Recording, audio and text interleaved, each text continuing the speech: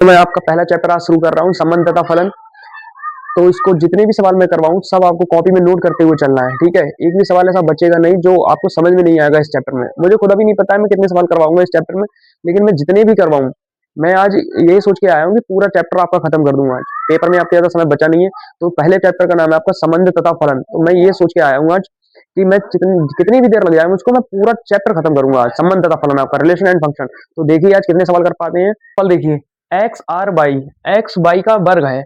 इसका मतलब होता है x relation y, x y का वर्ग है। रिलेशन क्या है इस सवाल में? एक्स वाई का वर्ग है। हर सवाल में अलग रिलेशन होगा, इसमें ये रिलेशन है कि एक्स वाई का वर्ग है। तो इसमें से आपको बताना है कौन सा ऑप्शन ठीक है, ये वाला ठीक है, ये वाला ठीक है, कौन सा गलत है। तो देखिए कैसे लिखते हैं, ये होती है एक्स की वैल्यू, ये होती है वाई की वैल्यू, ठीक है। तो इसमें रख के देखेंगे कौन सा ठीक है, ठीक है। तो पहला ऑप्शन देखिए, 4 रिलेशन 2, 4 रिलेशन 2। तो एक्स की जगह पर 4 रखेंगे, वाई की जगह पर 2 रखेंगे, फिर इसको पढ़ेंगे कि ये ठीक है, और ठीक होगा तो ठीक होगा। तो एक्स की जगह पर रखेंगे, पहला देखिए, पहला कैसे चेक करेंगे, एक्स की जगह पर 4, फिर कॉमा वाई की जगह पर 2, 4 2 का वर्ग है। बताइए 4 2 का वर्ग होता है क्या? आप बताइए 4 2 का वर्ग होता है? बिल्कुल होता है। 4 जो होता है वो 2 का वर्ग ही होता है। तो ये ऑप्शन हमारा ठीक है, इस वाले रिलेशन में ये ऑप्शन हमारा ठीक है। 4 रिलेशन 2, 4 2 का वर्ग है। अब दूसरा ऑप्शन चेक करेंगे, दूसरा ऑप्शन क्या है? दूसरा ऑप्शन है -2 रिलेशन 4, यानी कि -2 यहां पर रखेंगे, 4 का वर्ग है। बताइए -2 4 का वर्ग होता है क्या? अगर यहाँ पर होता 16, 16 4 का वर्ग है तब ये ठीक होता, 16 रिलेशन 4 तब ये ठीक होता। लेकिन -2 4 का वर्ग थोड़ी होता है, 4 का वर्ग तो क्या होता है, 4 का वर्ग क्या होता है 16, 4 का वर्ग 16 होता है, -2 थोड़ी होता है। तो लिख दोगे कि -4 का वर्ग -2 नहीं होता है, ये रिलेशन नहीं है। रिलेशन नहीं होगा तब कैसे करेंगे, इसको काट देंगे। -2 रिलेशन नहीं है 4 का, और यहाँ पर क्या लिखेंगे, यहाँ पर लिखेंगे 4 रिलेशन है 2 का, ठीक है। 4 रिलेशन 2 ये वाला बिल्कुल ठीक है, और -2 रिलेशन नहीं है 4 का, ठीक है। तो ये वाला रिलेशन नहीं है। अब थर्ड ऑप्शन कैसे चेक करेंगे? थर्ड ऑप्शन देखिए, थर्ड ऑप्शन है 3 रिलेशन 9, 3 रिलेशन 9। अब यहाँ पर x की जगह पर 3 रखिए, 3 y की जगह पर 9, 3 9 का वर्ग है। बताइए आप, 3 9 का वर्ग है, 9 का वर्ग तो 81 होता है, 9 का वर्ग कितना होता है 81, 3 थोड़ी होता है।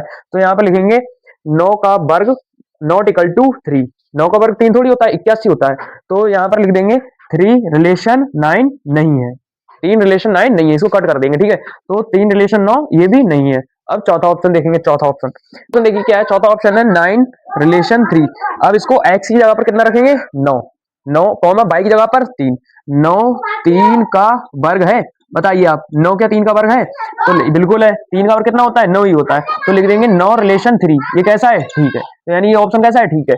देखिए 4 2 का वर्ग है, बिल्कुल है। 9 3 का वर्ग है, बिल्कुल है। अब -2 4 का वर्ग थोड़ी है, ना ही 3 9 का वर्ग है, तो ये दोनों गलत हो जाएंगे, रिलेशन नहीं है। रिलेशन नहीं होता तो कट लगा देते हैं ऐसे, ठीक है। जैसे 4 रिलेशन 2 ये है तो लिख देंगे, -2 रिलेशन नहीं है 4 के साथ, 3 रिलेशन नहीं है 9 के साथ, 9 रिलेशन है 3 के साथ, तो ये ठीक हो गया। इसको अगर समझ में नहीं आया हो तो दोबारा देख लीजिए, वैसे कोई है नहीं है इतनी कठिन चीज समझ में नहीं आए। अब दूसरा सवाल देखते हैं, ठीक। दूसरा सवाल देखिए, दूसरा सवाल क्या है, दूसरा सवाल है x बराबर, इसको कहते हैं सेट, ये सेट में समुच्चय x बराबर समुच्चय है 1 2 3 4, और y बराबर समुच्चय 0 2 4 6। x और y के ऐसे क्रमित युग्म ज्ञात करनी है कि x बड़ा हो y से। x और y की तुम्हें ऐसे पैर बतानी है जिसमें x बड़ा हो y से, इसका मतलब होता है x बड़ा हो y से। अगर ये ऐसे होता तो इसका मतलब होता है x y बड़ा हो x से। अब ये x की तरफ है, इसका मतलब है x का मान बड़ा हो y के मान से बड़ा हो, ठीक है। तो इनमें से x का मान लेना है और y का मान लेना है, और कैसा लेना है कि x हर x का मान y के मान से बड़ा हो। तो पहला x का मान देखो 1, x और y के तुम्हें क्रमित युग्म लेने हैं, x और y के ऐसे युग्म लेने हैं बराबर। कैसे लेने हैं कि x का मान बड़ा हो y से, तो 1 लेंगे, x का मान 1 लिया। तो इधर क्या ले सकते हैं बताओ, इधर 0 ले सकते हैं y की जगह पर, ले लिया 0, ठीक है। 1 कॉमा 0 हो गया। अब 1 के साथ और क्या ले सकते हैं, 2 ले सकते हैं। अगर हम 2 ले लेंगे 1 के साथ तो इसका मतलब हो जाएगा कि देखो x का मान है, ये y का मान है, ये x का मान है, ये y का मान है। तो y का मान बड़ा हो गया x के मान से, x का मान 1 है और y का मान 2 है, तो y का मान बड़ा हो गया x के मान से। लेकिन ये कह रहा है x का मान बड़ा हो, तो x का मान बड़ा कहाँ है, इसमें तो छोटा हो गया, तो ये नहीं लेंगे। 1 के साथ में 3 लेंगे क्या, 1 के साथ में 4 लेंगे क्या, नहीं लेंगे, क्योंकि 4 बड़ा हो जाएगा। 1 के साथ में 6 लेंगे क्या, नहीं लेंगे। अब बताओ 2 2 को उठाओ, 2 को। अब 2 के साथ में क्या ले सकते हैं, 0 ले सकते हैं इधर, बिल्कुल ले सकते हैं। देखो x का मान बड़ा है y के मान से, बिल्कुल ठीक है। अब 2 के साथ में 2 ले सकते हैं क्या, नहीं, क्योंकि x का मान फिर बराबर हो जाएगा y के मान से। अगर 2 का मान 2 ले लिया तो x और y के मान बराबर हो जाएंगे, और ये कह रहा है x का मान बड़ा चाहिए हमको, तो ठीक है। अब 3 देखो, x का मान अगर 3 लेंगे तो क्या 0 ले सकते हैं इधर, बिल्कुल ले सकते हैं। देखो x का मान बड़ा है y के मान से, अगर 3 लेंगे तो 2 भी ले सकते हैं। अगर इधर 3 लिया तो इधर y का मान 2 भी उठा सकते हैं, y के कॉलम से उठाना है y का मान, x का मान x की उससे उठाना है।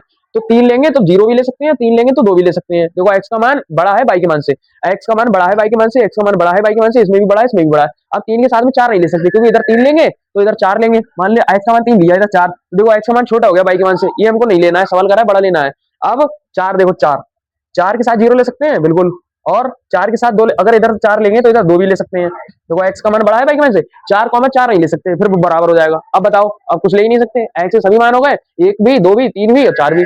इधर 5 होता तब 5 से भी बनाते, इधर है ही नहीं 5 इसमें, तो 5 नहीं लेंगे, इसमें 5 है ही नहीं, तो इसका आंसर कितना आ गया, ये इसका आंसर आ गया। ठीक है, x और y के ऐसे त्रिमित युग्म हमने ज्ञात कर लिए जिसमें x का मान बड़ा है y के मान से। ठीक है, अगर इसमें 5 होता तो हम ले लेते, क्या ले लेते, 5,0, 5,2, 5,4 ले लेते। ठीक है, लेकिन इसमें 5 है ही नहीं, तो यहीं पे छोड़ देंगे। ठीक है, तो ये इसका आंसर हो गया। ठीक है, तीसरा सवाल देखिए, तीसरा सवाल क्या है, तीसरा सवाल है x बराबर, ये साइड है 2 3 4 5, y बराबर साइड है 3 6 7 10, x से y विभाज्य है। तुम्हें ऐसे युग्म बताने हैं, पेयर x और कॉमा y के ऐसे पेयर बताने हैं तुमको कि x से y कैसा हो, विभाज्य हो, और x बिलोंग कर रहा है x वाले से, मतलब इसका मतलब ये होता है कि x जो हमको लेना है वो x वाले समुच्चय से लेना है, और जो बाई लेना है वो बाई वाले समुच्चय से लेना है। इसका ये मतलब होता है कि जो शुरू वाला एलिमेंट होगा वो इस वाले से आए, जो बाद वाला एलिमेंट होगा बाई, बाद वाले को बाई कहते हैं, वो बड़े वाले बाई वाले इस वाले से आए, बाई वाले समुच्चय से। ठीक है, तो x वाई को के हमें पेयर याद करनी है। ठीक है, x वाई के युग्म, पिछले सवाल में युग्म याद किया था, इसमें युग्म याद करेंगे। उसमें क्या था, उसमें कंडीशन थी कि x बड़ा हो बाई से, लेकिन इसमें कंडीशन है x से बाई विभाज्य हो, जो x है x लेंगे हम, उससे x से क्या हो, बाई विभाज्य हो। चौथा सवाल देखिए,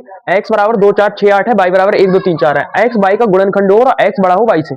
इसका मतलब है कि x बाई का गुणनखंड होना चाहिए और x बड़ा भी होना चाहिए बाई से। तो इसको कैसे करेंगे, ध्यान से देखिए, ध्यान से समझिए। ठीक है, आज की क्लास में आपको शोर मिल रहा है, अगली क्लास से आपको शोर नहीं मिलेगा, बहुत ये हमारे समझ सकते हैं आप।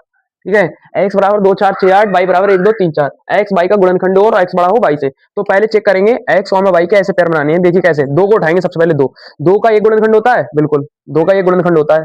ठीक है, और 2 का 2 होता है, 2 का 2 गुणनखंड होता है, लेकिन 2,2 लेंगे नहीं, क्यों नहीं लेंगे, क्योंकि x बड़ा हो बाई से। अगर हम 2,2 यहाँ पर ले लेंगे तो ये बराबर हो जाएंगे दोनों, लेकिन ये सवाल कर रहा है x बड़ा हो बाई से, इसलिए नहीं लेंगे। दो, अब 2 के साथ 3 नहीं ले सकते, 2 3 का गुणनखंड थोड़ी है, 2,4 भी नहीं लेंगे। अब यहाँ से आएंगे 4 1 लेंगे, 4 1 का गुणनखंड है, इसका मतलब होता है 4 1 का गुणनखंड है, यानी 1 के पहाड़े में 4 आ रहा है, बिल्कुल आ रहा है, तो 4 1 का गुणनखंड है, बिल्कुल सही है, और x बड़ा भी है बाई से। अब 4 के साथ में 2 लेंगे, बिल्कुल लेंगे। 4 2 का गुणनखंड होता है, कैसे होता है देखिए, 4 2 का गुणनखंड होता है, 4 लिख सकते हैं 2 गुणा 2, तो 4 2 का गुणनखंड है, बिल्कुल है। ठीक है, और 4 बड़ा भी है 2 से, x बड़ा भी है बाई से, और 4 2 का गुणनखंड भी है। 4 के साथ में 3 नहीं लेंगे, 4 3 का गुणनखंड नहीं है, और 4,4 भी नहीं लेंगे, क्योंकि 4 4 बराबर हो जाएंगे। फिर अब 6 का 1 के साथ ले सकते हैं, 6 1 का गुणनखंड है और 6 1 से बड़ा भी है। ठीक है, 6 का 2 के साथ में लेंगे, 6 2 का गुणनखंड है और 6 2 से बड़ा भी है। 6 का 3 के साथ भी ले सकते हैं, 6 3 का गुणनखंड है और 6 3 से बड़ा भी है, 6 3 का गुणनखंड है और 6 3 से बड़ा भी है। अब 6 का 4 के साथ नहीं लेंगे, क्योंकि 6 4 का गुणनखंड नहीं है। अब 8 का देखिए, 8 1 का गुणनखंड है, 8 1 से बड़ा भी है। 8 का 2 के साथ में ले लेंगे, 8 2 का भी गुणनखंड है और 8 4 का भी गुणनखंड है।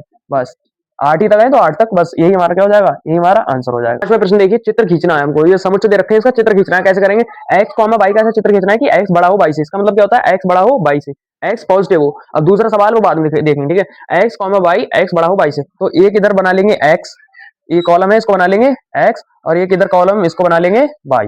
ठीक है, इसको क्या बना लेंगे, बाई।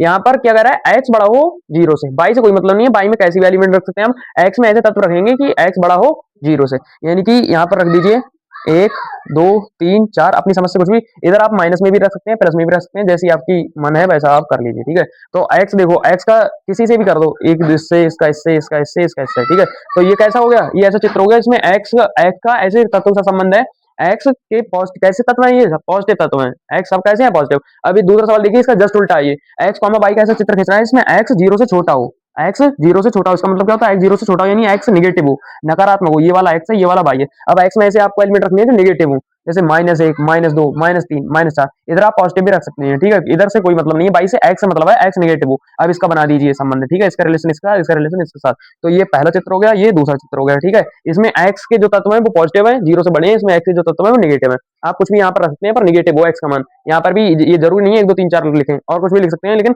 x का मान धनात्मक होना चाहिए, 0 से बड़ा होना चाहिए। ठीक है, तो ये चित्र खींच लिए। छठा सवाल देखिए, x रिलेशन y का, x रिलेशन y है 2x + 3y = 4, यानी x का y के साथ ऐसा संबंध है कि 2x + 3y = कितना है, 4 है। ठीक है, अब आपको ऑप्शन बताना है कि ये वाला ऑप्शन ठीक है, ये वाला ऑप्शन ठीक है, कौन सा ऑप्शन इसका पालन कर रहा है। ठीक है, तो 2x + 3y = 4 है, तो यानी कि x का मान ये वाला होता है, y का मान ये वाला होता है, ये x ही यहाँ पर पुट करेंगे और ये y की जगह पर रखेंगे। ठीक है, तो पहला सवाल देखिए, जीरो रिलेशन 1, इसको चेक कर रहे हैं हम इसमें, तो 2x + 3y = 4, क्या रिलेशन क्या है, 2x + 3y = 4। तो जीरो एक्स की जगह पर जीरो रखेंगे, बाई की जगह पर एक रखेंगे, ठीक है। तो 2 गुणा 0 प्लस 3 गुणा बाई की जगह पर एक, कितना आना चाहिए, 4 आना चाहिए, ठीक है। 4 आ गया तो ये ठीक हो जाएगा। 2 की जीरो से गुणा करेंगे, जीरो, 3 एकम 3 बराबर 4, जीरो में 3 जोड़ेंगे 3, 3 3 4 के बराबर होते हैं क्या, नहीं। तो ये बताइए जीरो रिलेशन वन होगा क्या, जीरो रिलेशन वन नहीं होगा, तो ये वाला नहीं, ठीक है। अब ये वाला आ जाइए, एक रिलेशन 2/3, एक का रिलेशन है 2/3 के साथ में, यानी कि एक्स की वैल्यू ये है और बाई की वैल्यू ये है, एक्स की जगह पर ये पुट करेंगे, बाई की जगह पर ये, तो हमारी समीकरण क्या है, 2x प्लस 3y बराबर 4, 2x प्लस 3y बराबर 4, एक्स की जगह पर जीरो रखिए, एक्स की जगह पर वन रखेंगे इस बार, ठीक है। 2 गुणा 1 3, बाई की जगह पर 2/3, 2/3 बराबर 4, ठीक है। 4 आ गया तो ये ठीक हो जाएगा, तो 2 एकम 2, 3 से 3 काट देंगे, 3 से 3 कट जाएंगे, प्लस 2 बराबर 4, तो दो दो कितने होते हैं, 4 बराबर 4, 4 और 4 बराबर आ गए, यानी कि ये कैसा है, ये रिलेशन है, ठीक है। तो इसमें एक्स और बाई की जगह पर मान रख के देख लेते हैं कौन सा ठीक है कौन सा नहीं ठीक है, ये वाला रिलेशन नहीं है, ये वाला रिलेशन है। सातवां सवाल देखिए, सातवां सवाल है एक्स बराबर 2 4 6 9 है, बाई बराबर 4 6 18 27 54 है, एक्स बाई का गुणनखंड होना चाहिए और कंडीशन है एक्स छोटा हो बाई से, यानी कि बाई बड़ा हो एक्स से, एक्स छोटा होना चाहिए बाई से, इसका मतलब क्या हो गया, बाई बड़ा हो एक्स से, बाई का मान कैसा होना चाहिए, बाई का मान बड़ा होना चाहिए एक्स से। अब एक्स बाई का गुणनखंड होना चाहिए, तो दो को उठाओ सबसे पहले, एक्स कॉमा बाई बराबर लिखेंगे, दो को उठाओ सबसे पहले, दो, दो बाई का गुणनखंड होना चाहिए, यानी कि 2 4 का गुणनखंड है, यस बिल्कुल है, तो 2 4 बन जाएगा पहला। ऐसे ही 2 2 6 का गुणनखंड है, बिल्कुल 2 6 का गुणनखंड है, 2 18 का भी गुणनखंड है, 2 27 का गुणनखंड नहीं है, 2 54 का गुणनखंड है, 2 54 का गुणनखंड है। अब 4 को उठाओ, 4 4 4 का गुणनखंड है, 4 है तो 4 का गुणनखंड, लेकिन एक्स हमें छोटा चाहिए बाई से, देखो एक्स छोटा है बाई से, एक्स छोटा है बाई से, तो ये 4 4 नहीं लेंगे, 4 6 4 6 का गुणनखंड थोड़ी होता है, 4 18 का, 4 18 गुणनखंड भी नहीं होता है, 4 27 का भी नहीं होता है, 4 54 का भी नहीं होता है। तो अब 6 देखिए, 6 4 के साथ में एक भी नहीं बनेगा, 6 4 का गुणनखंड है नहीं, 6 6 का गुणनखंड है पर ये बराबर हो जाएंगे, हमें क्या चाहिए, एक्स छोटा चाहिए बाई से, तो 6 18 का गुणनखंड है, तो लिखेंगे 6 18 का गुणनखंड है, और देखो एक्स छोटा भी है बाई से। अब 6 27 का गुणनखंड है नहीं, 6 54 का गुणनखंड है, 6 निम 54 होते हैं, तो 6 54 का भी गुणनखंड है। अब देखो बाई का मान बड़ा है एक्स से। अब 9 को उठाओ, 9 18 का गुणनखंड है, 9 18 का गुणनखंड है, और 9 छोटा भी है 18 से, 9 54 का भी गुणनखंड है, 9 54 का भी गुणनखंड है, तो ये हमारा आंसर है, ठीक है। देख लीजिए इस एक्सरसाइज का लास्ट सवाल देखिए, आठवां, आठवां सवाल है ए बराबर 2 3 4 5 6 है, तो निम्न संबंधों के अवयवों को बताइए। इस सवाल में दो सवाल हैं, पहला सवाल इसका आंसर बताना है आपको, दूसरा ये है इसका आंसर बताना है, ठीक है। तो एक्स कॉमा बाई बिलोंग कर रहा है ए क्रॉस ए से, तो बताइए एक्स बराबर बाई, ऐसे संबंध बताने हैं हमको। इसका से जो भाषा लिखी होती है इसको समझना कठिन नहीं है, बस आपको लगता है क्योंकि आपको हाई स्कूल की मैथ में होती नहीं है ऐसी भाषा।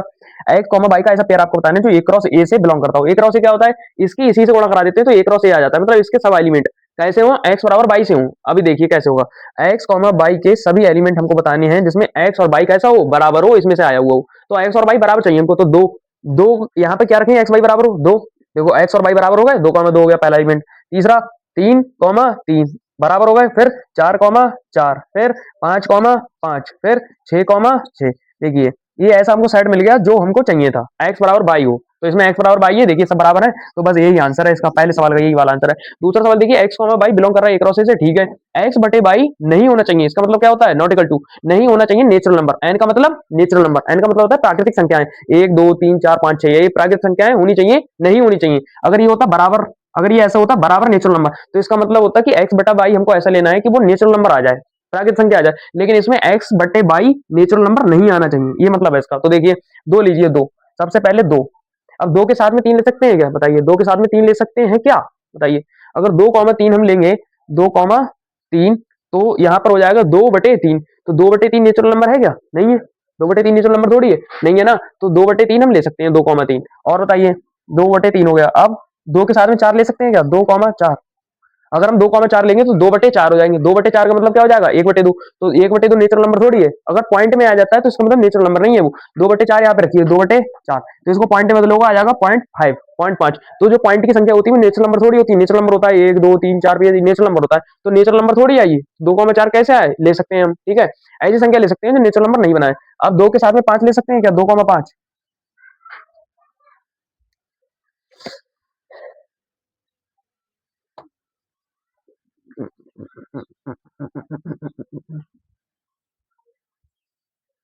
अब इसमें दूसरा सवाल देखिए, दूसरा सवाल क्या है, x comma y A cross A से बिलोंग करते हो, एक्स बटा वाई नेचुरल नंबर नहीं होना चाहिए। एक कंडीशन और है इसमें, वो भी बता रहा हूं आपको। एक्स बटा वाई इसका मतलब होता है नहीं होना चाहिए नेचुरल नंबर, एन का मतलब होता है नेचुरल नंबर, प्राकृतिक संख्या। जैसे प्राकृतिक संख्या कौन सी होती है, 1 2 3 4 5 6, ये सब प्राकृतिक संख्या होती है।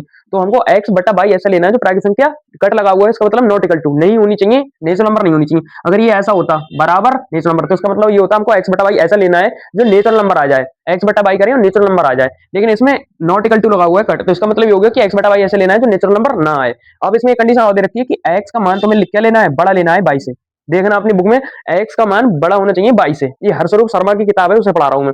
तो एक्स का मान इससे क्यों पढ़ा रहा हूँ, हरस्वरूप शर्मा की किताब से, क्यों, हरस्वरूप शर्मा की किताब ऐसी है कि इसमें पूरा आपका कॉन्सेप्ट क्लियर हो जाता है, सब जितने सवाल हैं उसमें अगर सब कर लिए आपने, एनसीईआरटी में थोड़े सवाल होते हैं। हरस्वरूप शर्मा की किताब प्रैक्टिस के लिए बहुत जरूरी है, प्रैक्टिस अगर आपको करनी है बढ़िया से, आपके साथ में ठीक ठाक 1 साल 1.5 साल है तो आपके पास ये हरस्वरूप शर्मा की किताब होनी चाहिए। इसमें बहुत सवाल है एक एक्सरसाइज में, एनसीईआरटी में 5 ही से सवाल खत्म कर देते हैं। तो एक्स कॉमा वाई एक क्रॉस ए से बिलोंग करता है, एक्स बटा वाई नेचुरल नंबर नहीं होना चाहिए और एक्स बड़ा होना चाहिए बाई से। देखिए कैसे लेंगे, एक्स यहाँ पर दो रखिए, सबसे पहले दो दो दो रखेंगे, फिर 2,3, 2,3 ले सकते हैं क्या, क्योंकि यहाँ पर रखोगे 2 और यहाँ पे 3, तो 2/3, 2/3 नेचुरल नंबर थोड़ी है, तो 2/3 ले सकते हैं, लेकिन नहीं ले सकते हैं क्यों, क्योंकि एक्स का मान बड़ा होना चाहिए 22 से, तो ये नहीं ले सकते हैं, इसमें एक्स का मान छोटा हो रहा है ना 22 से। तो 3 देखो, 3 के साथ क्या ले सकते हैं, 2 ले सकते हैं, बिल्कुल ले सकते हैं। देखो एक्स बड़ा है 22 से, ये कह रहा है एक्स बड़ा होना चाहिए 22 से, देखो एक्स बड़ा है 22 से, ठीक है। अब यहाँ पर रख के देखो 3/2, 3/2 नेचुरल नंबर है नहीं है, 3/2 नेचुरल नंबर क्यों नहीं है, इसको जब बदलोगे तो 1.5, 1.5 नेचुरल नंबर थोड़ी है, पॉइंट की संख्या नेचुरल नंबर नहीं होती, तो यहाँ पर 3/2 ले सकते हैं, ठीक है, 3/2 हो गया। और बताओ 3/4 ले सकते हैं, 3,4, 3,4 नहीं ले सकते हैं क्योंकि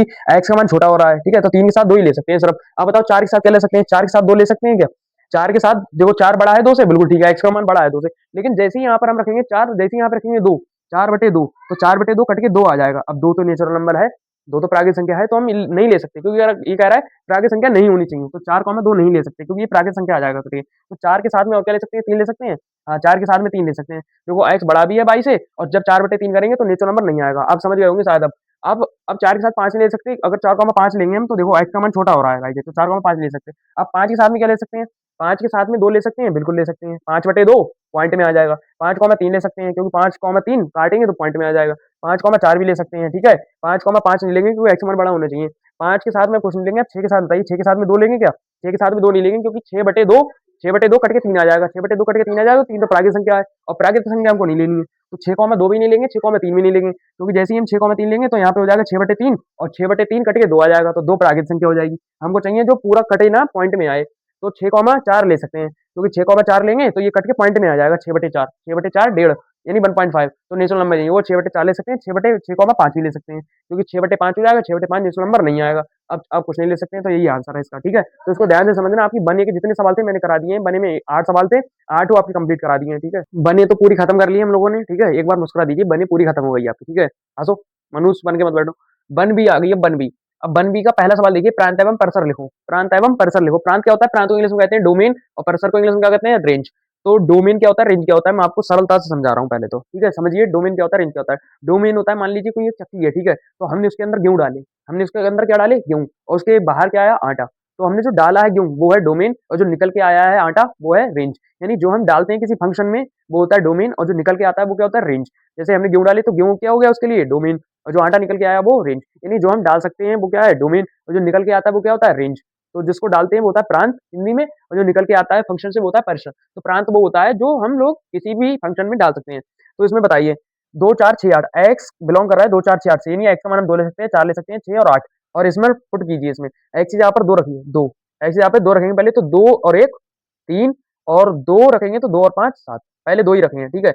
अब 4 रखेंगे तो 4 और 1 5, और 4 और 5 9, ठीक है। अब 6 रखेंगे तो 6 और 1 7, और 6 और 5 11, ठीक है। अब 8 रखेंगे, 8 और 1 9, और 8 और 5 13, ठीक है। तो ये हमारा फंक्शन आया है अभी, ये क्या है, हमारा कोई फंक्शन है, ठीक है। अब इसमें जो शुरुआत का एलिमेंट होता है एक्स वाला, इसको कहते हैं डोमेन, प्रांत। ये क्या है, ये है प्रांत, और ये होता है परिसर, इसे कहते हैं डोमेन और इसे कहते हैं रेंज। तो इसका प्रांत होता है जो पहला एलिमेंट है उसको प्रांत कहते हैं। तो इसका प्रांत क्या है, 3 5 7 9। इसका परिसर क्या है, 7 9 11 13। तो इसका प्रांत लिखिए, प्रांत बराबर, यानी कि डोमेन, प्रांत को इंग्लिश में कहते हैं डोमेन, डोमेन क्या आ गया, 3 5 7 और 9। जो शुरुआत के एलिमेंट होते हैं उनको प्रांत कहते हैं। अब परिसर, परिसर बताइए, परिसर यानी कि रेंज, कहाँ तक इसने मतलब क्या आउटपुट दिया है हमको, तो 7 9 11 13 जो बाद के एलिमेंट होते हैं उनको परिसर कहते हैं। तो 7 9 11 13 क्या आ गया, इसकी रेंज आ गई, यानी कि इसका परिसर आ गया।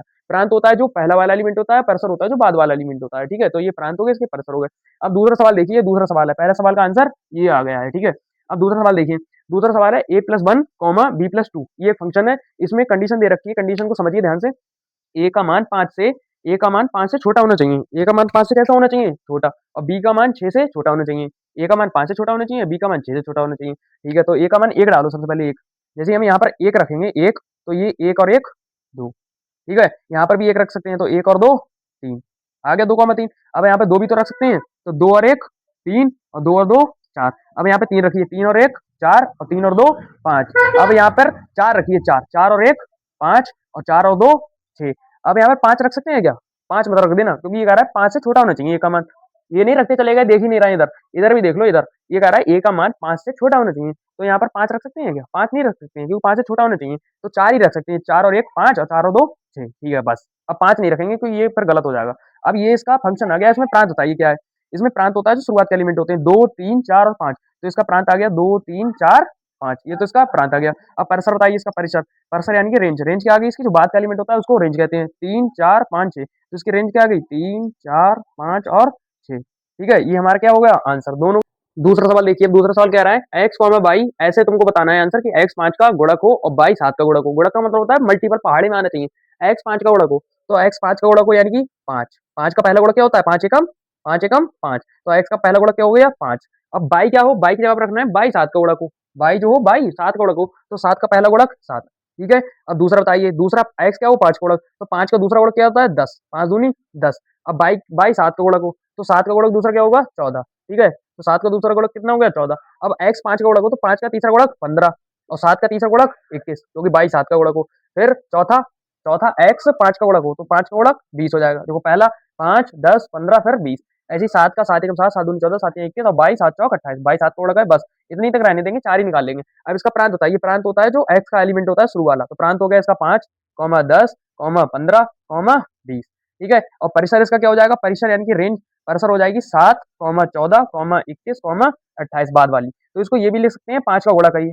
जो इसका प्रांत आ रहा है वो क्या है? 5 का मल्टीपल है। देखो 5 का ही तो मल्टीपल है, और इसके परसर को लिख सकते हैं 7 का गुणक है। ये कितना आ रहा है? 7 का मल्टीपल आ रहा है, ये 7 का गुणक है। ये भी तो लिख सकते हैं 7 का गुणक है ये। ठीक है, इतना भी लिख सकते हैं, इतना लिख देंगे, ऐसे छोड़ देंगे। ठीक है, दूसरा सवाल देखिए। दूसरे में कह रहा है x, y ऐसा लेना है कि x नेचुरल नंबर हो, x कैसा हो? प्राकृतिक संख्या हो, और x प्लस y बराबर 5 हो। ठीक है, तो x का मान प्राकृतिक संख्या लेना है। प्राकृतिक संख्या कहाँ से स्टार्ट होती है? 1 से। 1 2 3 लेना है। ठीक है, x का मान 1 लेंगे, x और y का मान, x का मान 1 लेंगे, बताओ। x का मान 1 ले लिया हमने 1, तब y का मान कितना आएगा? x का मान 1 लेंगे तो y का मान कितना रखना पड़ेगा यहाँ पर? 4। कितना रखना पड़ेगा? 4। क्यों रखना पड़ेगा? क्योंकि यहाँ पर x का मान 1 ले लिया और हमको 5 लाना है, तो यहाँ पे 4 ही तो रखेंगे, तभी तो 5 होगा। ठीक है, तो x का मान अगर 1 लेंगे तो y का मान 4 लेना पड़ेगा, तो 1,4 हो गया। ठीक है, अब x का मान अगर 2 लेंगे, 2, तो y का मान y की जगह पर 3 रखना पड़ेगा, तभी तो 2 3 5 होंगे। तो x का मान अगर 2 लेंगे तो y की जगह पर 3 रखना पड़ेगा। अगर x का मान 3 लेंगे तो y की जगह पर 2 रखना पड़ेगा, तो 3 लेंगे तो इधर 2 रखना पड़ेगा, तभी तो 5 होगा। तो अगर x का मान 3 है तो y का मान कितना होगा? 2। अगर x का मान 4 लेंगे तो y का मान 1। अगर x का मान 5 लेंगे तो y का मान 0 रखना पड़ेगा। 0 0 लेंगे नहीं, क्यों? क्योंकि x और कह रहा है ये सब कैसे होने चाहिए? नेचुरल नंबर होने चाहिए, तो 0 नेचुरल नंबर थोड़ी होता है, तो यहीं तक छोड़ देंगे। अब बताओ इसका प्रांत क्या है? इसका प्रांत है 1 2 3 और 4। 1 2 3 4। और परसर क्या है? परिसर। परसर होता है बाद वाला, तो परसर इसका बताओ क्या है? परसर 4 3 2 1। परसर क्या है? 4 3 2 1। इसको ऐसे समुच्चय में बंद कर देंगे। ठीक है, तो ये इसका आ गया आंसर। इसको भी समुच्चय में बंद कर दो ऐसे करके। ठीक है, समुच्चय में बंद कर देते हैं आंसर। तो इसका ये प्रांत आ गया, ये परसर आ गया। ठीक है, ये 2 सवाल हो गए दोनों। अब 1b का तीसरा सवाल देखिए। तीसरा सवाल है a बराबर 1 2 3 4 5 6 और रिलेशन r दे रखा है x, y, y बराबर x प्लस 1 है। इस सवाल में 2 सवाल है, तीर आरेख द्वारा दर्शाइए और दूसरा प्रांत, सहप्रांत और परसर लिखो। तो पहला सवाल देखिए, तीर आरेख द्वारा दर्शाइए। तो सबसे पहले तो इन सवालों में रिलेशन बनाते हैं। रिलेशन रिलेशन क्या है? x, y का ऐसा पेयर बनाइए जहां पर y बराबर x प्लस 1 हो। तो सबसे पहले इधर फिक्स करेंगे x, सबसे पहले x को फिक्स करा करो। तो x को फिक्स करेंगे क्या? यहाँ से उठाएंगे एक, एक अपनी मर्जी से नहीं, यहाँ से एक x यहाँ पर एक रखो। x की जगह पर अगर 1 रखोगे तो 1 और 1 2, तो y का मान कितना आ जाएगा? 1 और 1 2, तो y का मान 2 आ गया। अब 2 रखो x की जगह पे, 2 2 यहाँ पे रखोगे 2, तो 2 और 1 3, ये कितना हो जाएगा? y का मान कितना आ जाएगा? 2 रखने पर 3। अब x की जगह पर 3 रखो, यहाँ से 3, जब यहाँ पे 3 रखोगे तो 3 और 1 4, तो y का मान कितना आ जाएगा? 4। जब x की जगह पर 4 फिक्स करोगे, 4 यहाँ पर रखोगे 4, तो 4 और 1 5, जब x की जगह पर 4 तो y का मान 5। अब x का मान रखोगे 5, x का मान कितना रखोगे? 5। यहाँ पर जब x का मान 5 रखोगे तो 5 और 1 6, तो y का मान कितना आ जाएगा? 6। अब x की जगह पर 6 रखो, 6 यहाँ पर x है, वहाँ पर 6, तो 6 और 1 7, तो जब x का मान 6 रखोगे तो y का मान कितना आ जाएगा? 7। ये हमारा रिलेशन उनके तैयार हो गए, इससे कहते हैं रिलेशन बनाना सवाल के हिसाब से। देख लीजिए एक बार फिर से, y बराबर x प्लस 1 था, y बराबर x प्लस 1 था, तो सबसे पहले x को फिक्स किया यहाँ से, x की जगह पर 1 रखोगे तो 1 और 1 2, y का मान 2 आ जाएगा। जब x की जगह पे 2 रखोगे तो 2 और 1 y का मान 3 आ जाएगा। जब x की जगह पर 3 रखोगे 3 यहाँ पे, तो 3 और 1 y का मान 4 आ जाएगा, यानी 1 ज़्यादा आएगा। तो 4 रखोगे तो 5 आएगा, 5 रखोगे 6 आएगा, 6 रखोगे तो 7 आएगा। अब 7 मत रख देना क्योंकि यहाँ पर 7 है नहीं, फिर आप 7 रख दो, फिर 7 को हम 8 लिख दो, नहीं क्योंकि यहाँ पर 6 तक है तो 6 तक ही रखेंगे, यहाँ पर 6 रखेंगे तो y का मान कितना आ जाएगा 7, ठीक है।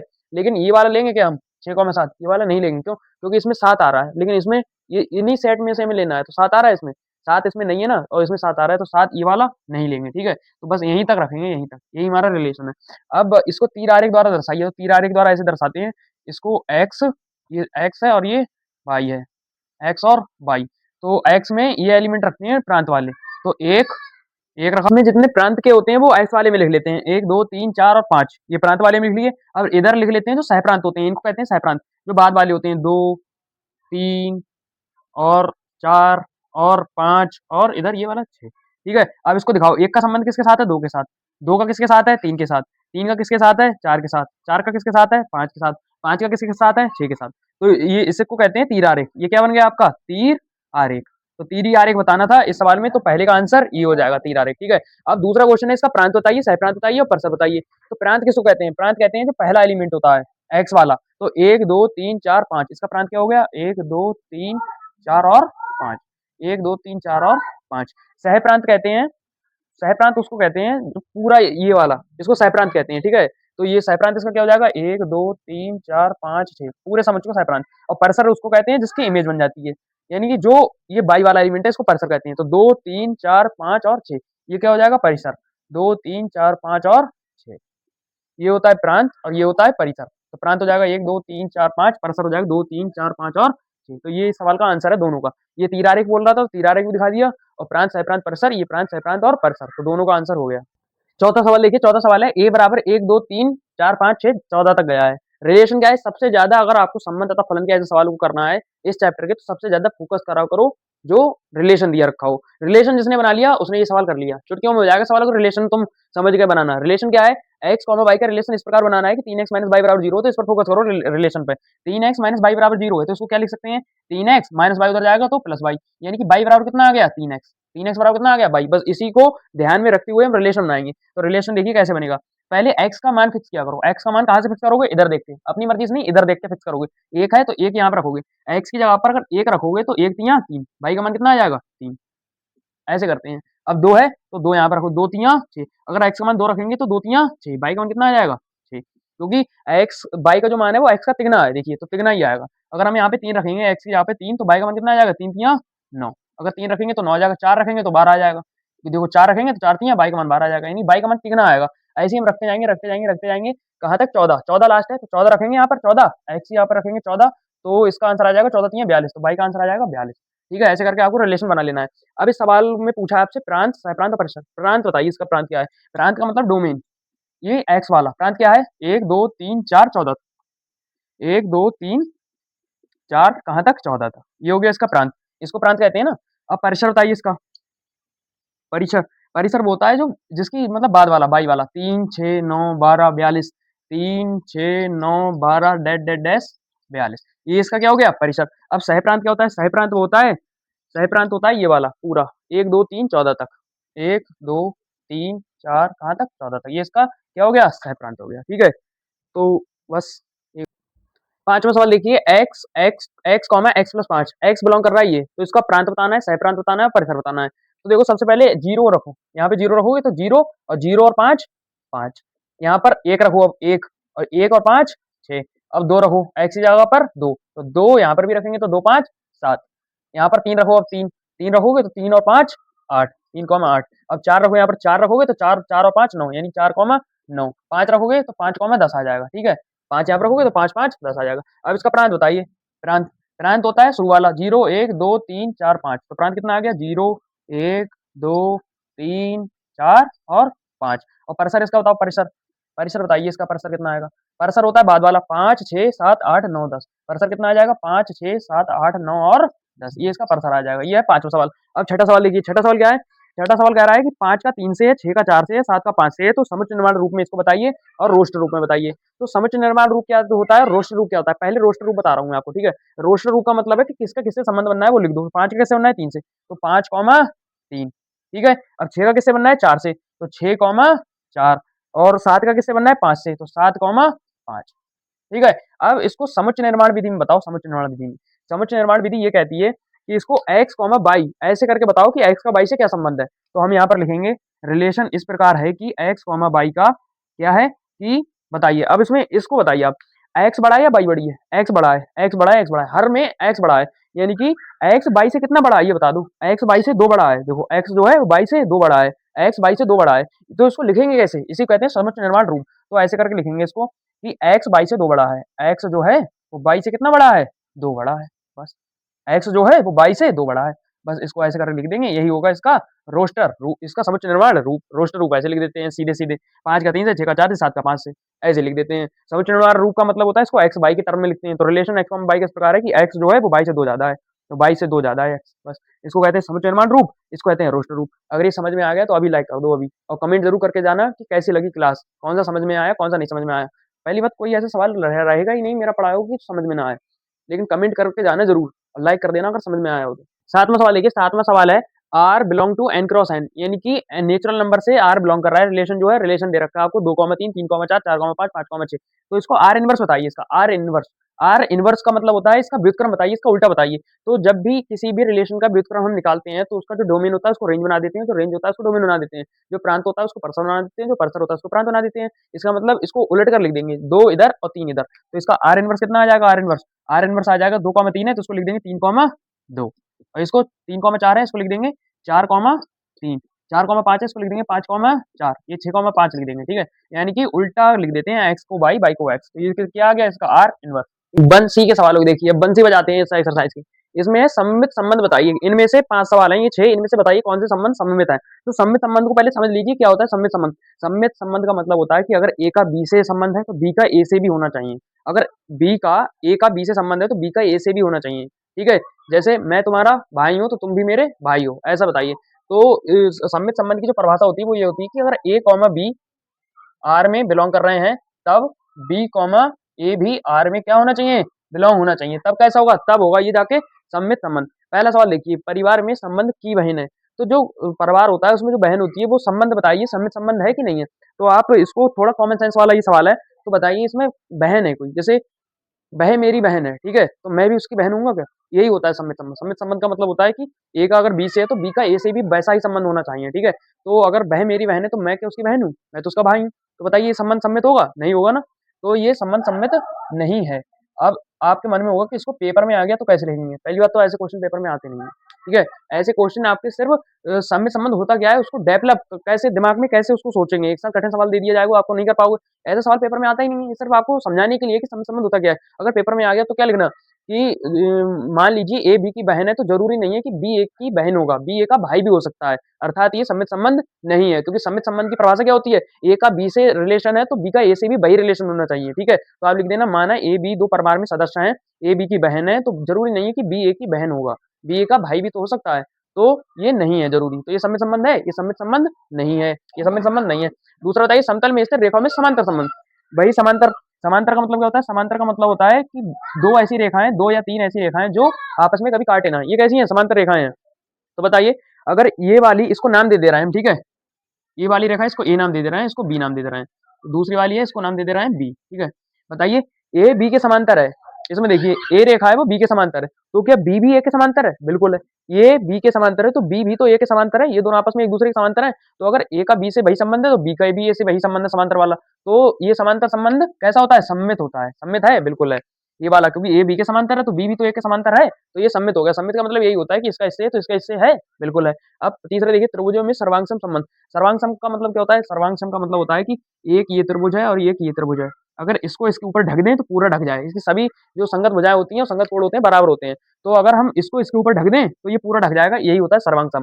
तो बताओ इसको इसके ऊपर ढको तब भी ढक जाएगा, और इसको इसके ऊपर ढको तब भी ढक जाएगा। तो ए को बी भी ढक ले रहा है, बी को ए भी ढक ले रहा है, तो बताइए सममित है? बिल्कुल है। तो ये कैसा संबंध होगा? सममित होगा। अब त्रिभुजों में समरूप संबंध, समरूप का मतलब क्या होता है? एक जैसे रूप वाले, एक जैसे रूप वाले, इसमें आकृति चाहे छोटी हो पर एक जैसा रूप हो, ठीक है। अब बताइए ये इसके समरूप है, ये वाला त्रिभुज इसके समरूप है, ये वाला भी तो इसके समरूप है, समरूप का मतलब समान रूप, तो ये भी इसके समान रूप है, ये भी इसके समान रूप है, दोनों एक जैसे रूप के हैं, तो ये कैसा होगा? ये भी सममित होगा। पूर्णांकों के लिए संबंध का वर्ग, इसमें देख लीजिए थोड़ा वर्ग, किसी भी संख्या का वर्ग, मान लीजिए 2 का वर्ग लिख लिया हमने, 2 का वर्ग, 2 का वर्ग कितना होता है? 2 का वर्ग 4, अगर 2 का वर्ग 4 है तो 4 का वर्ग भी 2 होना चाहिए सममित के लिए, तो 4 का वर्ग क्या 2 होता है बताइए?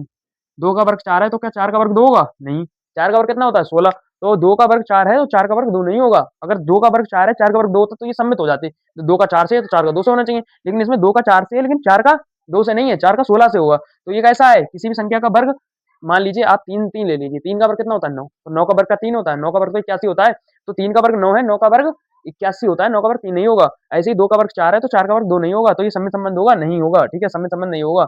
अब a प्लस बी बराबर 25, कोई संख्या मान लीजिए जिनको जोड़ने पर 25 आता हो, मान लिया हमने यहाँ पर 13 और यहाँ पर 12 मान लिया, ठीक है, तो 25, 13 और 12 को जोड़ने पर 25 आ रहा है। अब सममित के लिए 12 और 13 को जोड़ने की भी 25 आए, तो 12 पहले लिख लो 13 बाद में, तो क्या 25 आया? बिल्कुल आया।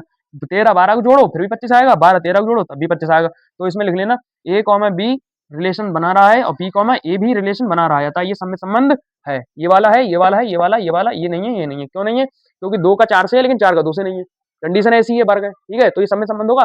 सममित संबंध नहीं होगा। तो सममित संबंध आप शायद समझ गए होंगे, अगर एक का बी से है तो बी का भी ए से होना चाहिए। इन सभी सवालों में आपको सममित संबंध समझ में आ गया होगा, ठीक है। आइए बंडी के सवालों को देखते हैं, एक्सरसाइज बंडी। बंडी का पहला सवाल है, धन पूर्णांकों में a प्लस बी बराबर 9, बताइए कि ये स्वतुल्य संबंध है या नहीं है। इन सभी बंडी की जो एक्सरसाइज है पूरी, इसमें आपको ये बताना है कि ये जो संबंध है वो स्वतुल्य संबंध है या कि नहीं है, स्वतुल्य संबंध है कि नहीं है। तो स्वतुल्य संबंध को समझने के लिए पहले ये बताओ स्वतुल्य संबंध होता क्या है। स्वतुल्य का मतलब होता है ऐसा संबंध जो खुद से तुल्य हो, स्वयं से तुल्य हो, स्वतुल्य स्वयं से तुल्य हो, यानी कि स्वयं से तुल्य का मतलब दोनों x और y के एलिमेंट कैसे हों? दोनों बराबर हों, स्वयं से तुल्य हों, ठीक है। तो बताइए धन पूर्णांकों में a प्लस बी बराबर 9, क्या स्वतुल्य संबंध होगा? बताइए।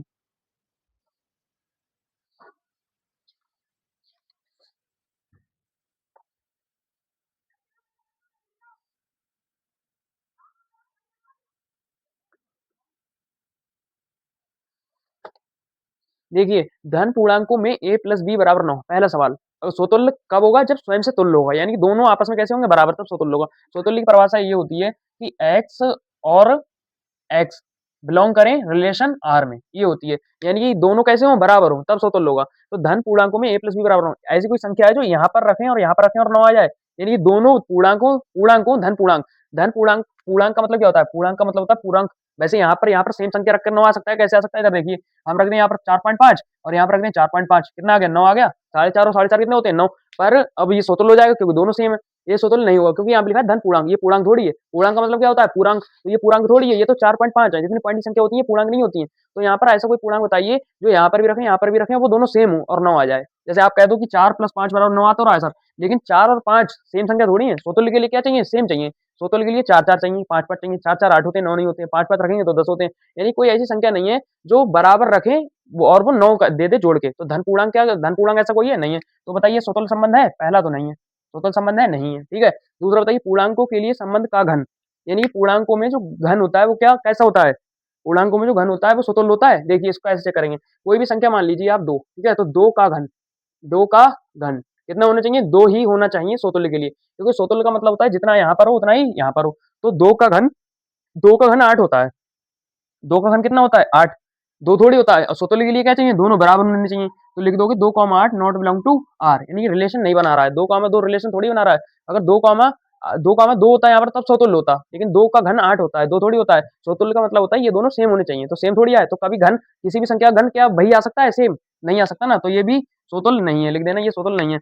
समतल में स्थित रेखाओं में समांतर संबंध, यानी कि कोई एक समतल है उसमें समांतर रेखाएं हैं। कैसी रेखाएं हैं? समांतर। समांतर रेखाएं वो होती हैं जो एक दूसरे को काटती नहीं है कभी, तो ये पैरेलल रेखाएं हैं, पैरेलल लाइंस हैं, समांतर रेखाएं हैं। तो बताइए ये क्या स्वतुल्य होंगी? बिल्कुल होंगी। कैसे होंगी? देखिए कोई भी रेखा खुद के समांतर होती है, मतलब स्वतुल्य का मतलब ये होता है कि खुद को उस पर रखकर देखो वहीं पर, तो कोई भी रेखा खुद के समांतर होती है? बिल्कुल होती है। ये रेखा है, ये खुद के समांतर है, खुद के ऊपर है, तो ये कैसी है? स्वतुल्य है जी बिल्कुल। ये कैसा होगा? समांतर संबंध होता है वो स्वतुल्य होता है, याद रखना हमेशा, ठीक है। तो ये कैसा होगा? स्वतुल्य होगा, ये वाला होगा स्वतुल्य, ये दोनों नहीं होंगे। तीसरा बताइए समतल में स्थित त्रिभुजों में समरूप संबंध, समरूप, ये त्रिभुज है कोई, क्या है? समतल में कोई समरूप त्रिभुज है। समरूप त्रिभुज का मतलब होता है कि एक जैसा रूप हो, ठीक है। समरूप का मतलब क्या होता है? एक जैसा रूप हो। तो मान लीजिए ये दो समरूप त्रिभुज हैं, ठीक है? तो क्या ये स्वतुल्य होगा? खुद के स्वतुल्य होगा? कोई भी त्रिभुज खुद के समरूप होता है? बिल्कुल होता है। कोई त्रिभुज है वो खुद के समरूप होता है, मतलब खुद की तरह लगता है? कोई भी इंसान है वो खुद की तरह तो लगेगा, ठीक है? तो ये त्रिभुज है, ये खुद की तरह लगेगा? तो बिल्कुल है, ये खुद के समरूप है, ये खुद के समरूप है, ये वाला भी त्रिभुज खुद के समरूप है। यानी कि हर समांतर रेखा खुद के समांतर होती है और हर समरूप त्रिभुज खुद के समरूप होता है। तो ये कैसा है? खुद की जगह पर रख के देखा तो ये बिल्कुल ठीक है। तो ये कैसा है? ये भी स्वतुल्य है, ठीक है? ये भी समरूप कैसा होता है? स्वतुल्य संबंध होता है। अब धन पूर्णांकों में x, y अभाज्य हैं।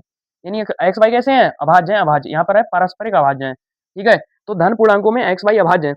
क्या दो संख्या ऐसी एक आ सकती हैं तो दोनों अभाज्य हों? बताइए, अभाज्य संख्या वाला। अभाज्य संख्या कैसी होती है? एक तो दो होती है सबसे छोटी, फिर तीन, फिर पांच होती है, फिर सात होती है, फिर 11 होती है। तो 2, 3 और भी ले लो 2, 5। ये कैसे हैं? परस्पर कैसे हैं? अभाज्य हैं। 2, 3 है और 3, 5 ये कैसे हैं? परस्पर अभाज्य हैं। तो बताइए ये 2 और 3 स्वतुल्य होगा क्या? ये वाला स्वतुल्य होगा? नहीं। स्वतुल्य के लिए क्या चाहिए? 2, 2 चाहिए, 3, 3 चाहिए। तो ये कैसा होगा? ये स्वतुल्य नहीं होगा। तो स्वतुल्य कौन सा होगा? ये समांतर वाला, समरूप वाला। स्वतुल्य का मतलब होता है खुद के बराबर होना चाहिए, जो डोमेन है वही रेंज होनी चाहिए, तो स्वतुल्य होगा, ठीक है?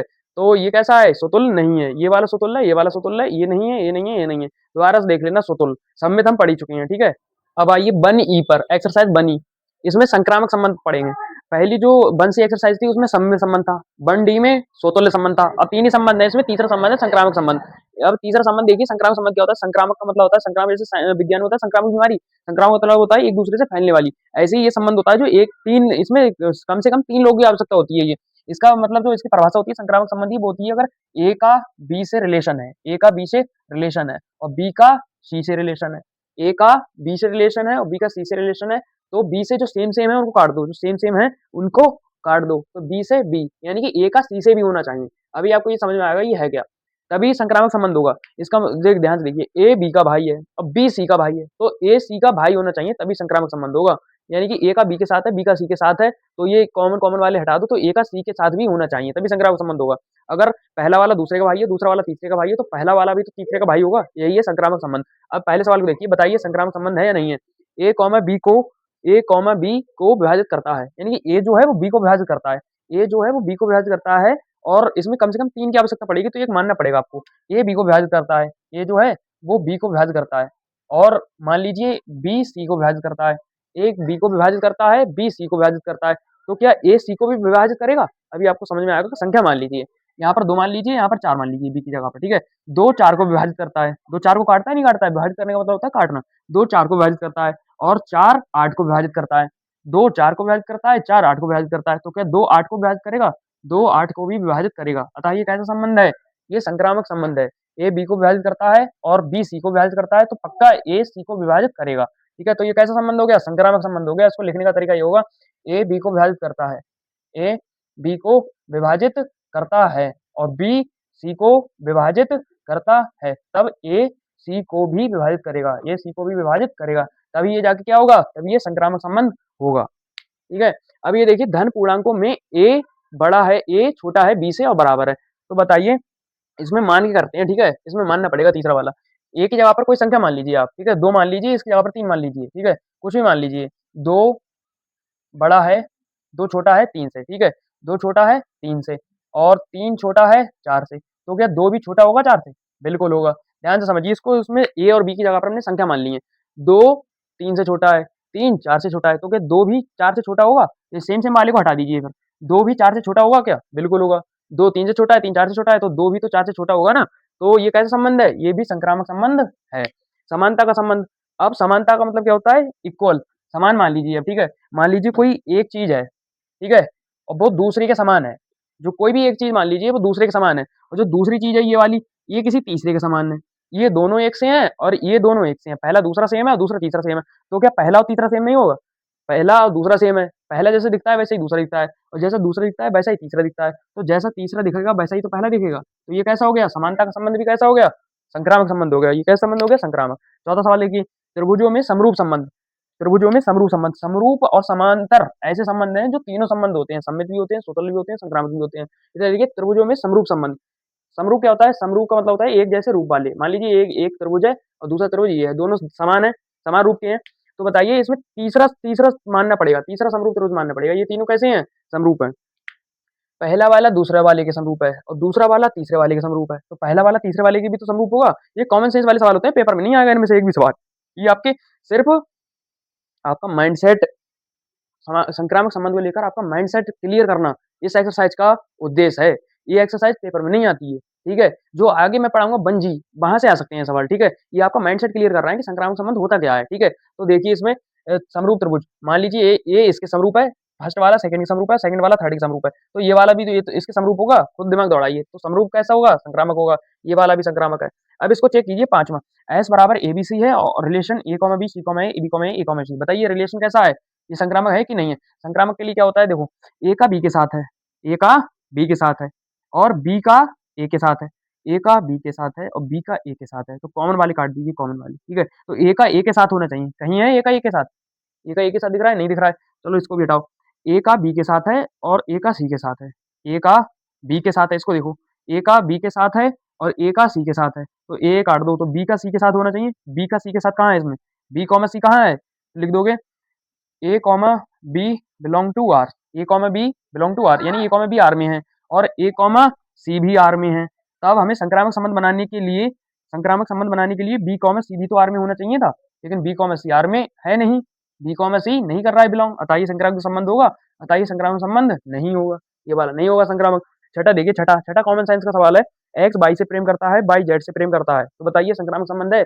नहीं होगा ये संक्रामक संबंध, क्योंकि खुद सोचिए, एक्स कोई एक व्यक्ति है, वाई कोई एक व्यक्ति है, जेड एक कोई व्यक्ति है, तीन व्यक्ति हैं, तो एक्स जो है वो वाई से प्रेम करता है और वाई जेड से प्रेम करता है, तो क्या जरूरी है कि एक्स भी जेड से प्रेम करेगा? क्या पता जेड कौन हो, एक्स जानता भी ना हो जेड को। एक्स करता है वाई से तुम्हारी तरह, ठीक है? वाई करता है जेड से, वो किसी और, समझ रहे हो? तो जरूरी है कि तुम भी उसी से करते हो।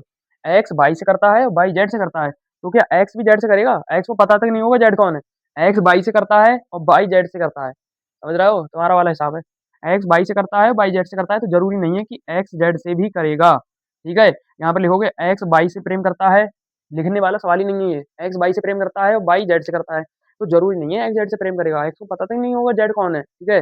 जैसे तुम उससे करते हो वो किसी और से, जरूरी है तुम भी उससे सेम सेम जेंडर, गड़बड़ हो जाएगी ना फिर, सेम सेम जेंडर कैसे कर लेंगे? लेकिन ये वैसा सवाल नहीं है, कॉमन सेंस वाला है। एक्स वाई से प्रेम करता है, वाई जेड से प्रेम करता है, जरूरी नहीं है कि एक्स भी जेड से प्रेम करेगा, तो ये संक्रामक संबंध है? ये संक्रामक संबंध नहीं है, ठीक है? नहीं समझ में आया हो तो दोबारा देख लेना, वैसे इसमें समझने वाली कोई बात नहीं। देखिए one F, exercise one F का पहला सवाल, इसमें प्रतिसम्मित संबंध बताना है आपको कि प्रतिसम्मित संबंध कौन सा है। प्रतिसम्मित का मतलब वही होता है सम्मित वाला, कि अगर ए कॉमा बी आर में बिलोंग कर रहे हैं और तब बी कॉमा ए भी आर में बिलोंग करना चाहिए। इसमें एक कंडीशन और होती है कि ए और बी दोनों बराबर होने चाहिए, ए बराबर क्या होना चाहिए? बी। तो धन पूर्णांकों में समानता का संबंध बताइए, समानता का संबंध, समानता में कोई भी मान लीजिए ए बी के समान है, ए बी के समान है, ठीक है? ए बी के, ये वाला सवाल कर रहे हैं यहाँ पे, देखिए ए बी के समान है, तो बी भी तो ए के समान होगा, बी भी तो ए के समान होगा, होगा नहीं होगा? और ए बराबर बी होगा तब, अतः ये कैसा संबंध है? प्रतिसम्मित संबंध है। पहला वाला कैसा है? प्रतिसम्मित संबंध है, चेक करना है। दूसरा बताइए, धन पूर्णांकों के लिए एक्स छोटा है 22 से, एक्स छोटा है 22 से, दूसरा सवाल यहाँ पे देखिए, ये पहली का, ये दूसरा का। धन पूर्णांकों के लिए एक्स छोटा है 22 से, एक्स छोटा है 22 से, ठीक है? तब एक्स छोटा है 22 से, तब वाई छोटा होना चाहिए एक्स से, होना चाहिए नहीं होना चाहिए?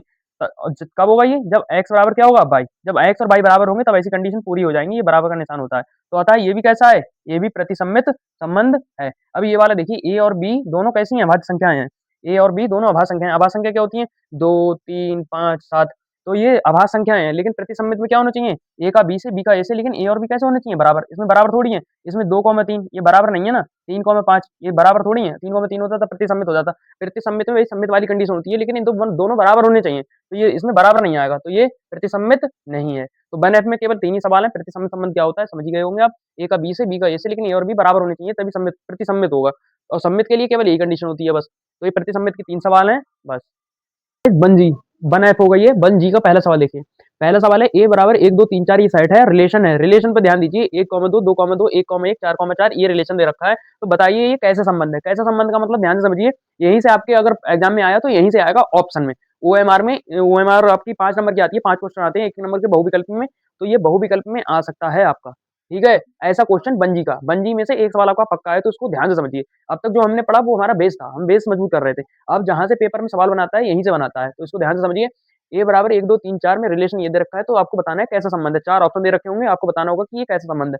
तो 1, 2, 3, 4 में ये रिलेशन है, बताओ कैसा संबंध है। तो सबसे पहले स्वतुल्य चेक करेंगे, क्या चेक चेक करेंगे? स्वतुल्य। तो लिखेंगे स्वतुल्य के लिए, स्वतुल्य के लिए। लिखने का प्रॉपर तरीका बता रहा हूँ आपको, स्वतुल्य के लिए। स्वतुल्य के लिए क्या होना चाहिए? 1 है तो 1 कॉमा 1 होना चाहिए, 1 कॉमा 1 होना चाहिए।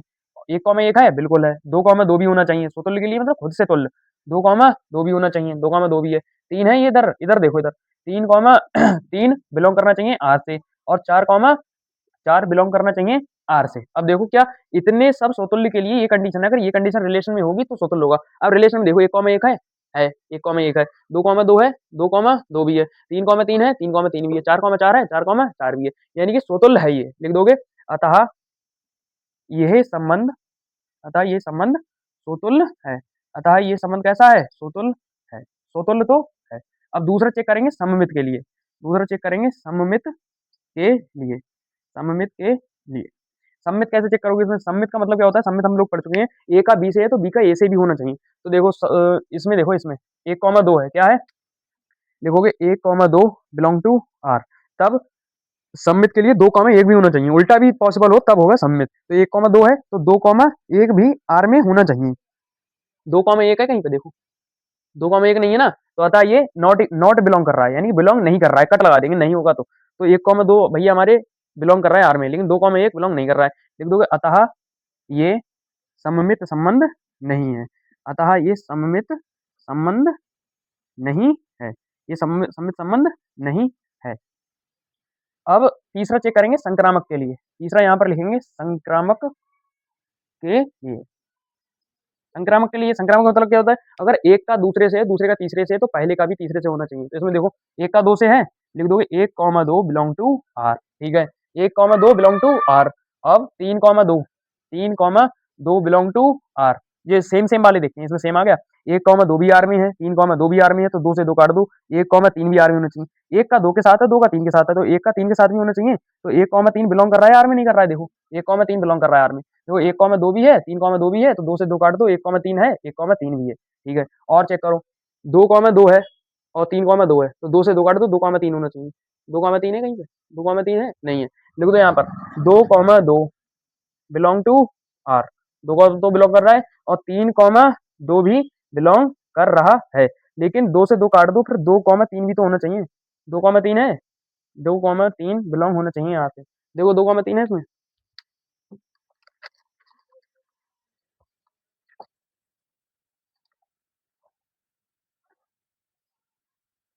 देखो 2 2 से बिलोंग कर रहा है, 3 2 से बिलोंग कर रहा है, तो 2 से 2 कट जाएगा। 2 कॉमा 3 भी बिलोंग में होना चाहिए। यानी कि इधर देखो आपस में बदल लिएगा। 2 कॉमा 2 है, 2 कॉमा 2, देखो 2 कॉमा 2 बिलोंग कर रहा है आर से। जब काट आया यहाँ से, देखो 1 कॉमा 2 बिलोंग कर रहा है आर से, 3 कॉमा 2 भी बिलोंग कर रहा है आर से, तो 2 से 2 काट दो। 1 कॉमा 3 भी बिलोंग करना चाहिए आर से, तो 1 कॉमा 3 भी बिलोंग कर रहा है आर से। देखो 1 कॉमा 2 है और 3 कॉमा 2 है, तो 2 और 2 सेम वाले काट दो, ये सेम वाले। तो 1 कॉमा 3 भी होना चाहिए, 1 कॉमा 3 भी उपस्थित है हमारे आर में। 1 कॉमा 2 बिलोंग कर रहा है आर से, 3 कॉमा 2 बिलोंग कर रहा है आर से, तो 1 कॉमा 3 भी बिलोंग करना चाहिए आर से, जो कि सही है। यानी कि जी ये संक्रामक संबंध है।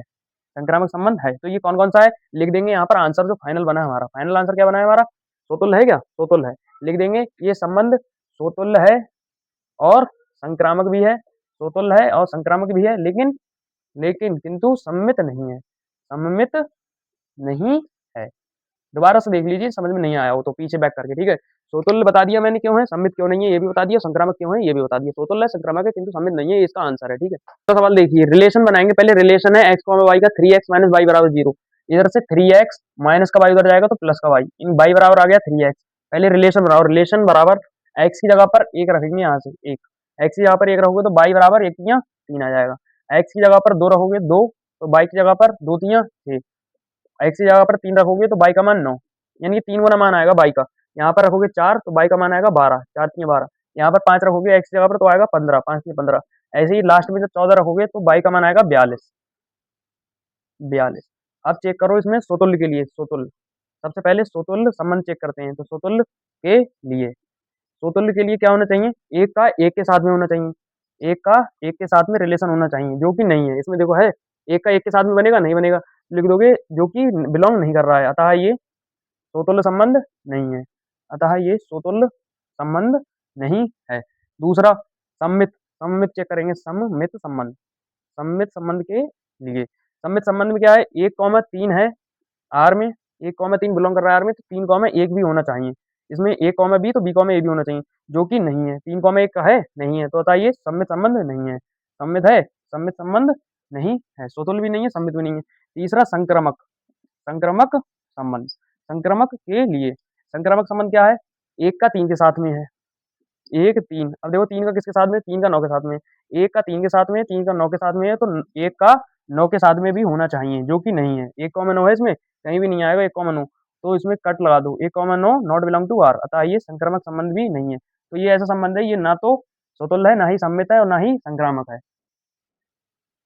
ये प्राकृतिक संख्याओं के समुच्च n में रिलेशन है x, y बराबर y बराबर x प्लस 5, और x छोटा होना चाहिए 4 से, तो x का मान 4 से छोटा ही लेंगे, यहाँ पे रखेंगे, रिलेशन बनाएंगे पहले।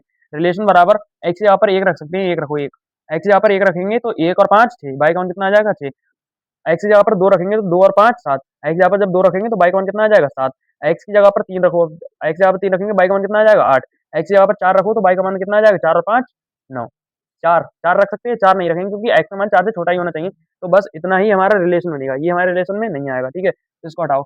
अब देखो स्वतुल्य चेक करो, स्वतुल्य के लिए, स्वतुल्य के लिए, स्वतुल्य है क्या, स्वतुल्य में क्या होना चाहिए, 1,1 भी होना चाहिए, 1,1, जो कि नहीं है, लिख दोगे, अतः ये स्वतुल्य संबंध नहीं है।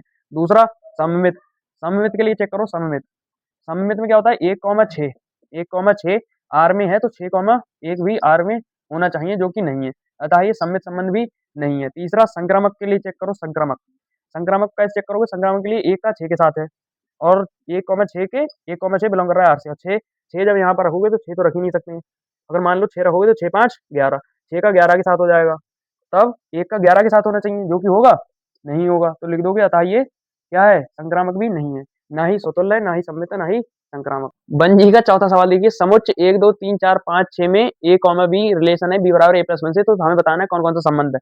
तो सबसे पहले रिलेशन बनाओ, रिलेशन कैसे बनाओगे, रिलेशन बराबर सबसे पहले a का मान फिक्स करो, यहाँ से a का मान 1 रखो, a का मान 1, a का मान 1 रखोगे तो b का मान कितना आ जाएगा, 1 1 2, b का मान आ जाएगा 2, जब a का मान 2 रखोगे तो b का मान कितना आ जाएगा, 2 और 1 3, जब a का मान 3 रखोगे 3, तब b का मान कितना आ जाएगा, 3 और 1 4, ऐसे ही जब 4 रखोगे तब 5 आ जाएगा, 5 रखोगे तो 6 आ जाएगा, और 6 रखोगे तो 7 आ जाएगा, और 7 रखेंगे नहीं क्योंकि 6 तक ही रखना है, ठीक है। ये वाला ले सकते हैं क्या, नहीं ले सकते हैं, क्योंकि 7 इसमें आ रहा है, 7 इसमें नहीं आ रहा है समझ में, तो 7 इसमें क्यों आ गया, फिर इसको हटाओ, 5,6 ही ले सकते हैं, ठीक है। अब बताओ स्वतुल्य चेक करो, सबसे पहले स्वतुल्य, स्वतुल्य क्या होता है, स्वतुल्य में 1 है तो 1,1 भी होना चाहिए, जो कि नहीं है इस रिलेशन में 1,1 कहीं नहीं है, तो ये स्वतुल्य संबंध नहीं है। दूसरा सम्मित के लिए कैसे चेक करोगे, सम्मित के लिए, सम्मित के लिए 1,2 रिलेशन में है, तब 2,1 भी रिलेशन में होना चाहिए, जो कि नहीं है, 2,1 है कहीं नहीं है, तो बताइए सम्मित संबंध नहीं है। तीसरा संक्रामक, संक्रामक के लिए क्या चेक करते हैं, 1 का 2 से है रिलेशन, 1 का 2 से रिलेशन है और 2 का 3 से रिलेशन है, तो क्या होना चाहिए, 2 2 सेम सेम है, इसे काट दो, 1 का 3 के साथ होना चाहिए, 1 का 3 के साथ होना चाहिए तभी संक्रामक होगा, 1 का 3 के साथ है कहीं इसमें नहीं है, तो बताइए संक्रामक भी नहीं है। तो ये ना ही स्वतुल्य है, ना ही सम्मित है, ना ही संक्रामक है, एक भी संबंध नहीं है। और जो संबंध स्वतुल्य भी होता है, संक्रामक भी होता है, और सम्मित भी होता है, तीनों संबंध होता है जिसमें, वो उसको कहते हैं तुल्यता संबंध। तुल्यता संबंध समझ लीजिए क्या होता है, किसी सवाल में अगर तीनों संबंध हो गए, जैसे इसमें एक भी नहीं है, किसी सवाल में अगर तीनों संबंध हो गए, स्वतुल्य भी हो गया, सम्मित भी हो गया, संक्रामक भी हो गया, तो उसका नाम हो जाता है तुल्यता संबंध। तो तुल्यता संबंध किसको कहते हैं, तुल्यता संबंध उसको कहते हैं जो स्वतुल्य भी हो, और सम्मित भी हो, और संक्रामक भी हो। स्वतुल्य, सम्मित, संक्रामक तीनों जो हो गया वो हो जाता है तुल्यता संबंध।